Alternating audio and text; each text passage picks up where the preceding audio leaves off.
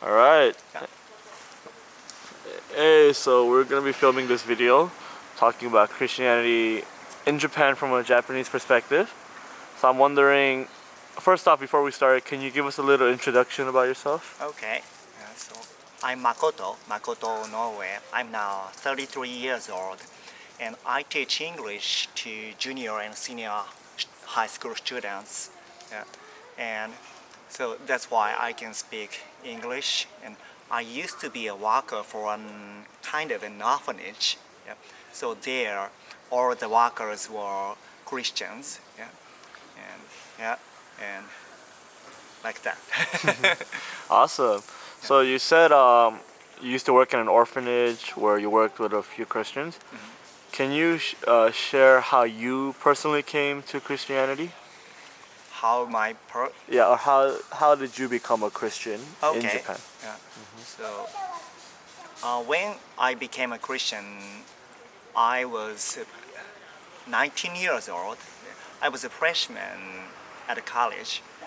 And one day I found that one of my classmates was a Christian, and so until then I had been against religions.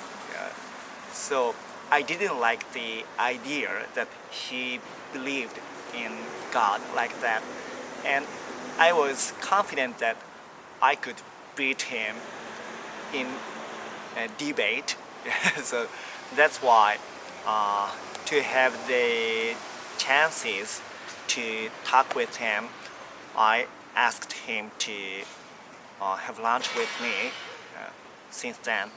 And in the conversation that we had, I little by little realized that what he was talking about was not so against, for example, the logics or the science, and his talk was so persuasive, and one day he gave me a chance to join a Christian camp, which was held in his church. So I decided to join that, and then I felt that the people, the Christians that were joining the camp were so kind. And personally, I had believed that uh, being kind to others is one of the purposes of our life. But to say that is so easy. I believed so, but I didn't make it into practice at all. But the Christians there seemed to me that they were really putting into practice. So I was so touched about that. And that's why I asked the pastor, why are they so kind? And I feel that their personality, their kindness is not separate ones, but it seemed like a string. So that was not divided. And the pastor's answer was that was the kindness of Jesus, and it was also persuasive to me. So I began going to church every Sunday since then, and in the year I decided to believe Jesus as my savior. Awesome. Thank you for sharing. So I'm thinking at this retreat, you kind of said you experienced a kindness like no other. And you're right. So what would that? Can you describe what that's like, or what that feeling was like? Yeah. So they were putting others' happiness before their own, and also they were so natural. It seemed to me that they were not pretending to be kind or trying to be kind hard, but they were as they were. Mm, And so you can say maybe it was like a very genuine feeling. yeah, That's awesome. That's very awesome too.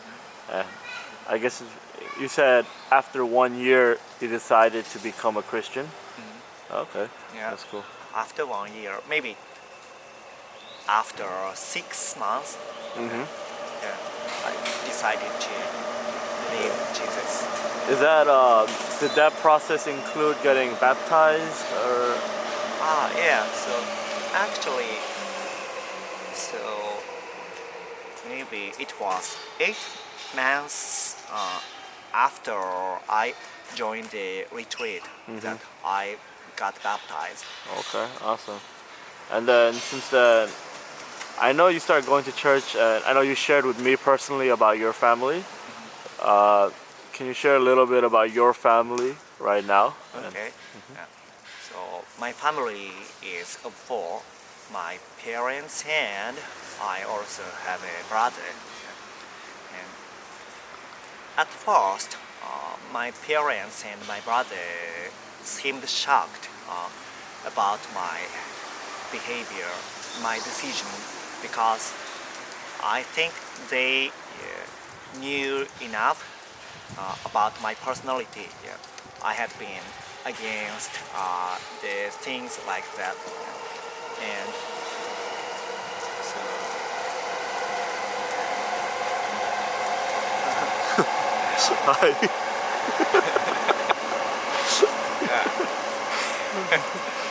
so they must have been shocked by my decision.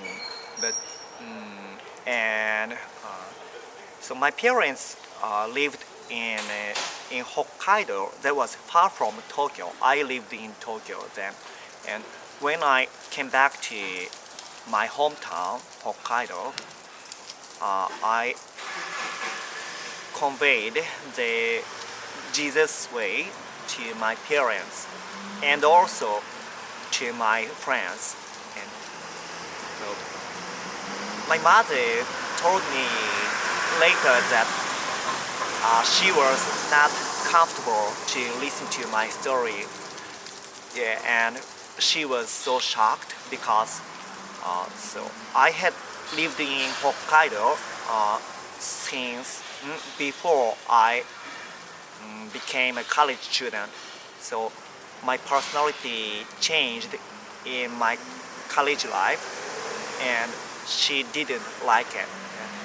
And she felt sorry about my behavior at my hometown because in the maybe it was a summer vacation, and I told about Jesus saving Christianity to my friends, and she felt sorry about my behavior. She was kind of embarrassed about my behavior, so she decided to listen to my story instead of my friends. Yeah. But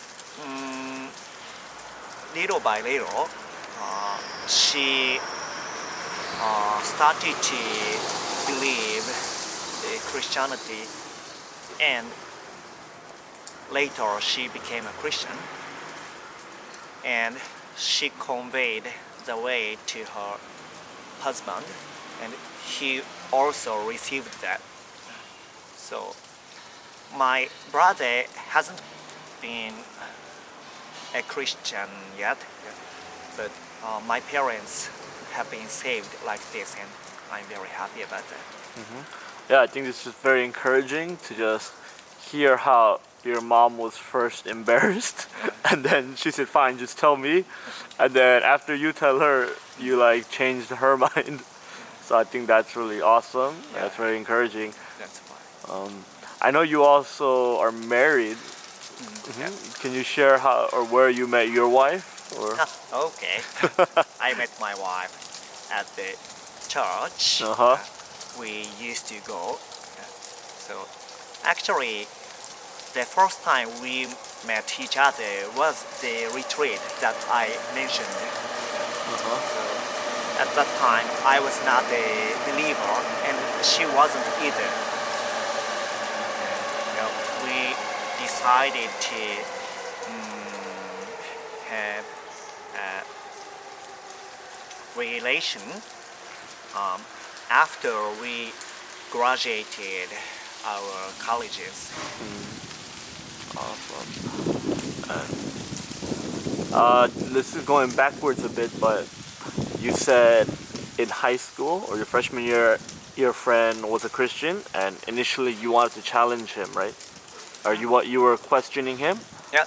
What is like the Japanese's first response, the average Japanese's first response to the idea of Christianity, you think, in Japan?